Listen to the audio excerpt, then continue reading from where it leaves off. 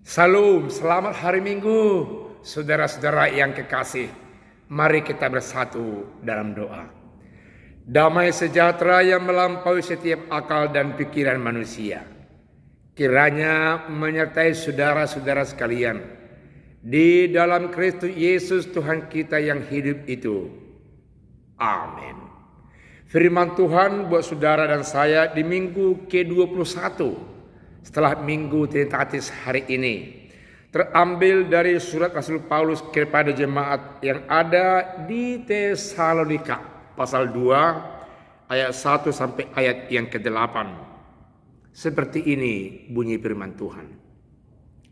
Pelayanan Paulus di Tesalonika.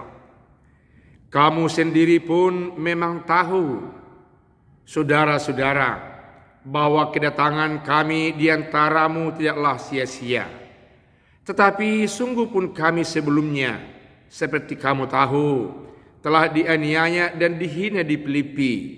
Namun dengan pertolongan Allah kita, kami beroleh keberanian untuk memberitakan Injil Allah kepada kamu dalam perjuangan yang berat. Sebab nasihat kami tidak lahir dari kesesatan atau dari maksud yang tidak murni, dan juga tidak disertai tipu daya. Sebaliknya, karena Allah telah menganggap kami layak untuk mempercayakan Injil kepada kami, karena itulah kami berbicara, bukan untuk menyukakan manusia, melainkan untuk menyukakan Allah yang menguji hati kita. Karena kami tidak pernah bermulut manis, hal itu kamu ketahui, dan tidak pernah mempunyai maksud loba yang tersembunyi. Allah adalah saksi. Juga tidak pernah kami mencari pujian dari manusia, baik dari kamu maupun dari orang-orang lain, sekalipun kami dapat berbuat demikian sebagai rasul-rasul Kristus. Tetapi kami berlaku ramah di antara kamu, sama seperti seorang ibu mengasuh dan merawat anaknya.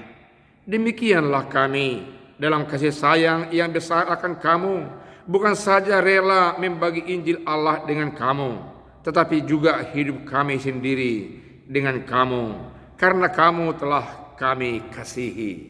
Demikian firman Tuhan.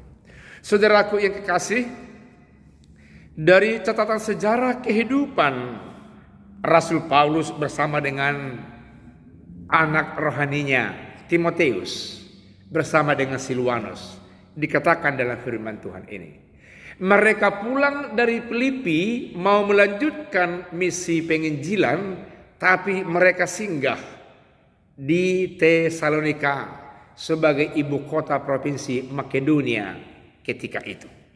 Provinsi yang baru dengan kemasan pemerintahan dan semua sistem yang serba baru di sana.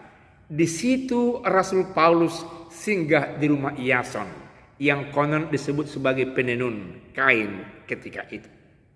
Dia sambil memperhatikan lapangan penginjilan yang begitu hijau karena semua serba baru sebagai calon ibu kota provinsi dari Makedonia itu. Dan ternyata firman Tuhan yang mereka hidupi dan yang mereka sampaikan bersama anak-anak rohaninya begitu berkenan di hati dan kehidupan orang-orang yang sudah mendengarkan yang namanya berita Injil di dalam nama Yesus Kristus yang penuh cinta kasih itu. Dampaknya adalah mereka banyak yang percaya, mereka banyak yang menghidupi Injil, walaupun di sisi lain orang-orang di sinagoge merasa keberatan, orang-orang Yahudi jadi bermisi untuk membuat satu perlawanan yang sangat frontal kepada Paulus. Karena itu sebenarnya Paulus dikejar-kejar mau dibunuh, dan sampai mereka keluar subuh dari Tesalonika bersama dengan kedua anak rohaninya, sampai di satu kota namanya Berea. Mereka kembali berdiskusi, mengevaluasi perjalanan dan misi mereka, dan Rasul Paulus menekankan agar anak rohaninya kembali ke belakang menuju Tesalonika, mengevaluasi dan terus untuk meneruskan misi mereka, karena pertumbuhan Injil luar biasa diresponi oleh orang-orang yang ada di Tesalonika. Rasul Paulus terus meneruskan perjalanannya, misinya. Tapi kedua, anak rohaninya ini kembali memasuki daerah Tesalonika. Mereka menemukan pertumbuhan rohani yang baik, yang walaupun ada diskusi-diskusi yang sangat menonjol khusus terkait dengan orang-orang yang meninggal yang duluan, yang mati duluan. Dan itu kalau kita lihat dijawab oleh Rasul Paulus di 2 Tesalonika, atau mungkin di Tesalonika di pasal 4 atau tempat lainnya. Saudaraku yang kekasih, itu sebabnya kalau kita melihat bahwasanya di dalam dia menuliskan suratnya ini, dia menunjuk soal Filipi, karena memang kedua anak rohaninya ini kembali ke Korintus, dan di sana mereka mendapat satu kesempatan baik melaporkan segala sesuatu kepada Paulus.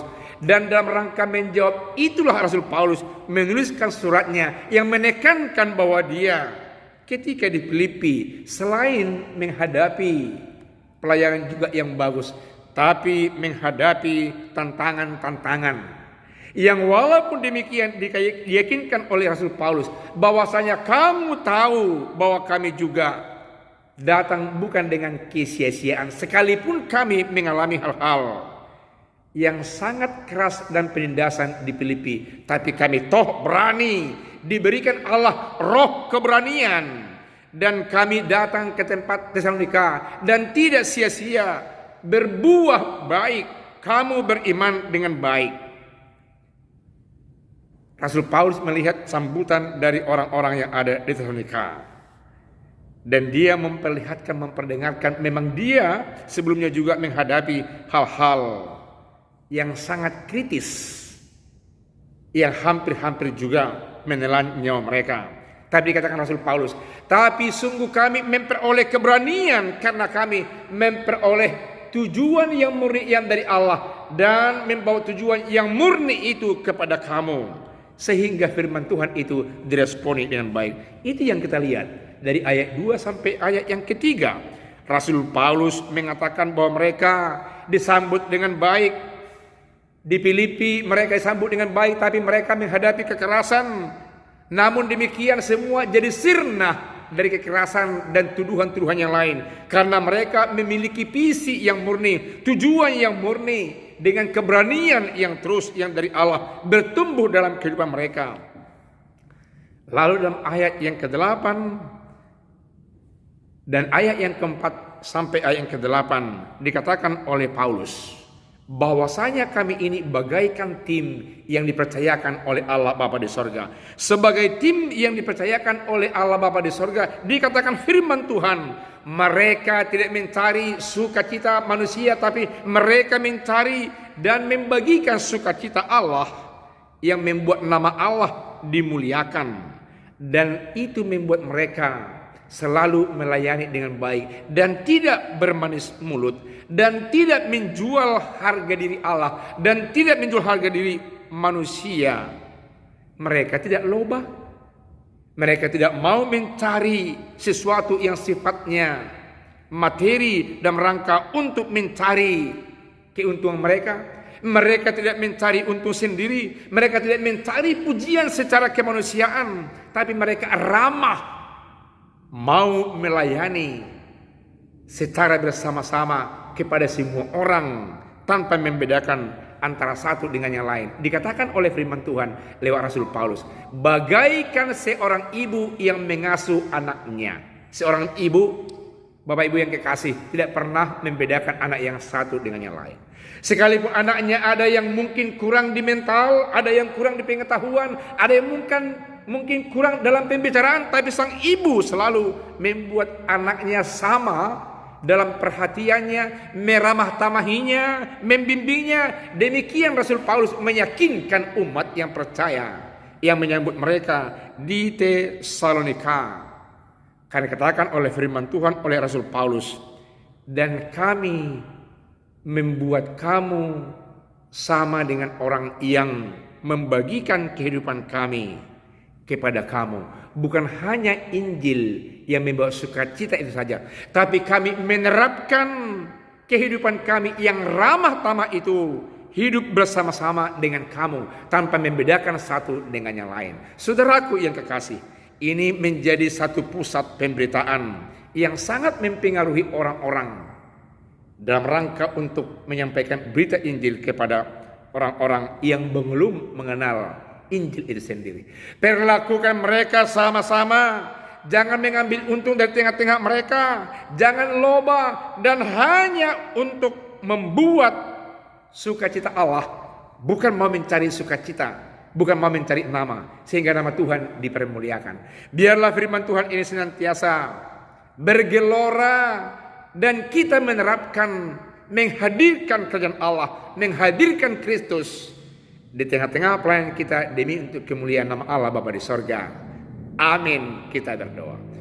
Terima kasih Tuhan atas firman-Mu yang bergelora di tengah-tengah kami, yang memperlihatkan hamba-Mu Rasul Paulus bersama-sama dengan anak rohaninya, yang melayani tanpa mencari untung, tanpa mencari nama.